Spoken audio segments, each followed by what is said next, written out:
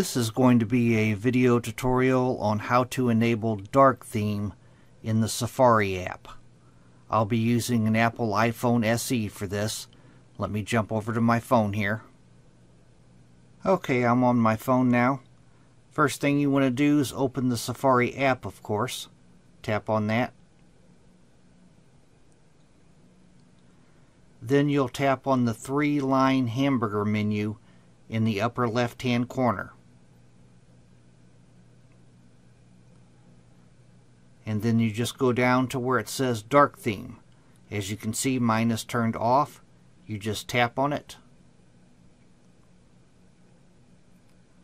And now dark theme has been enabled. Very simple.